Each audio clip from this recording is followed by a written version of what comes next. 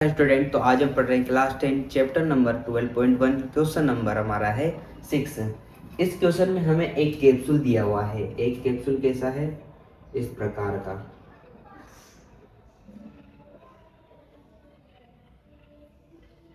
इस कैप्सूल की जो आकृति है वो किस आकृति का है? बेलनाकार। एक बेलनाकार कैप्सूल। ठीक है, ये जो कैप्सूल है किस आकार का है? बेलन के आकार का है। ठीक है, ये बेलन के आकार। इस पूरे कैप्सूल की जो लंबाई है वो कितनी है? 14 mm है। 14 मिलीमीटर 14 मिलीमीटर है।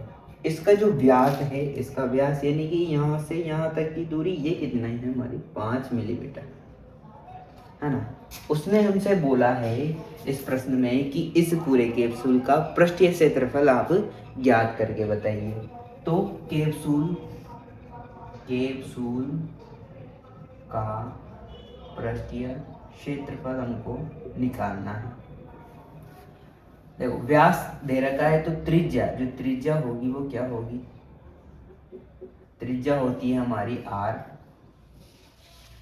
व्यास की आधी, यानी व्यास कितना है? 5। तो ये हमारी कितनी जाएगी? 5/2। 5/2 का मतलब ये हमारी हो जाएगी 2.5 mm।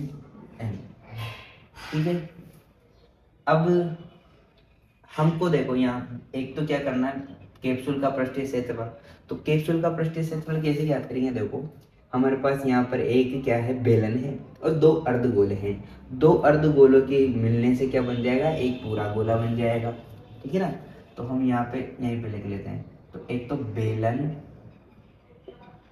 का पृष्ठीय क्षेत्रफल, इसमें हम जोड़ देंगे 2 अर्धगोलों को जोड़ेंगे। देखो, ऐसे या तो ऐसे करेंगे, 2 गुणा अर्धगोला, है ना। तो अर्धगोला क्या होता है? 2πr²। तो ये क्या हो जाएगा? 4πr²। तो अगर हम अर्धगोले को पूरा गोला मान लेंगे, इधर वाले अर्धगोले को और इधर वाले अर्धगोले को, दोनों को जोड़ दे तो ऐसा बन जाएगा ये। तो ये 4πr² डायरेक्ट लिख देते हैं। तो यहाँ लिख देते हैं हम, चलो कोई नहीं, 2 गोले हमारे पास। कितने हैं?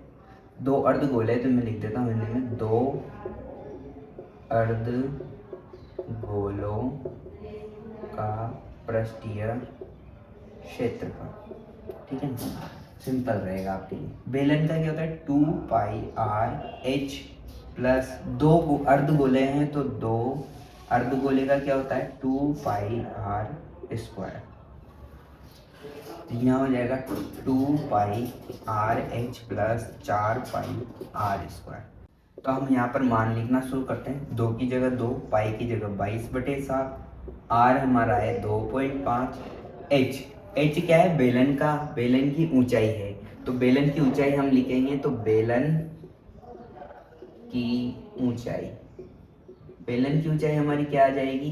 तो देखो, पूरा जो कैप्सूल है उसमें से अगर हम ये दोनों अर्धगोले हटा देते हैं तो हमारी क्या आ जाएगी? केवल बेलन की ऊंचाई आ जाएगी। वो कैसे आएगी? तो देखो, यहाँ से यहाँ तक कितना है? 2.5 और यहाँ से यहाँ तक कितना है? 2.5 निकाला है ना हमने त्रिज्या। ये अर्धगोले की त्रिज्या तो होती है, ये r है हमारी, है ना। तो दोनों r मिलकर क्या बन जाएगी? व्यास बन जाएगी। और व्यास कितना है हमारा? 5। इन दोनों का जोड़ भी कितना आएगा? 5। यानी कि पूरी आकृति में से हम 5 को माइनस करेंगे तो 9 बचेगा। तो 9 मिलीमीटर हमारी क्या आ जाएगी? बेलन की ऊंचाई आ जाएगी। तो ऊंचाई लिख देते हैं अपन 9 प्लस 4 गुणा 22/7 गुणा 2.5 का स्क्वायर, है ना। इसको गुणा करते हैं तो देखो, 25 को हम 2 से गुणा करेंगे तो 50 आ जाएगा। 0.1 के बाद है तो 5 गुणा 22/7 गुणा 9 प्लस, देखो यहाँ पर 25 2 बार है ना। तो सेम हम यहाँ भी देखो, 4 को हम 2 गुणा 2 करके ऐसे करते हैं इसको ना। 4 को हम 25.5 को ऐसे लिख देते हैं, है ना। और इस 4 को हम 2 गुणा 2 करके सोच लेते हैं। तो इसको इससे करेंगे तो 5 आ जाएगा, इसको इससे करेंगे तो कितना आ जाएगा, 5 आ जाएगा। तो 5 को 5 से गुणा करेंगे तो क्या आ जाएगा हमारा, 25 आ जाएगा। यानी कि 25 गुणा 22/7। ठीक है। अब देखो यहाँ पर जो कॉमन आ रहा है उसको कॉमन ले लेते हैं। 22/7 कॉमन आ रहा है हमारा, यहाँ क्या बचेगा, 9 पंजे 45 प्लस यहाँ बचेगा 25। ठीक है ना, इन दोनों को जोड़ लेते हैं। 5 और 5 10, हासिल 1 4 6 7, और देखो गुणा 22/7। इस 7 से 70 कट जाएंगे हमारे 10 बार। तो ये जो हमारा आंसर आएगा वो कितना आ जाएगा, 220 मिलीमीटर स्क्वायर। यानी कि कैप्सूल का पृष्ठीय क्षेत्रफल क्या आ जाएगा हमारा, 220 मिलीमीटर स्क्वायर।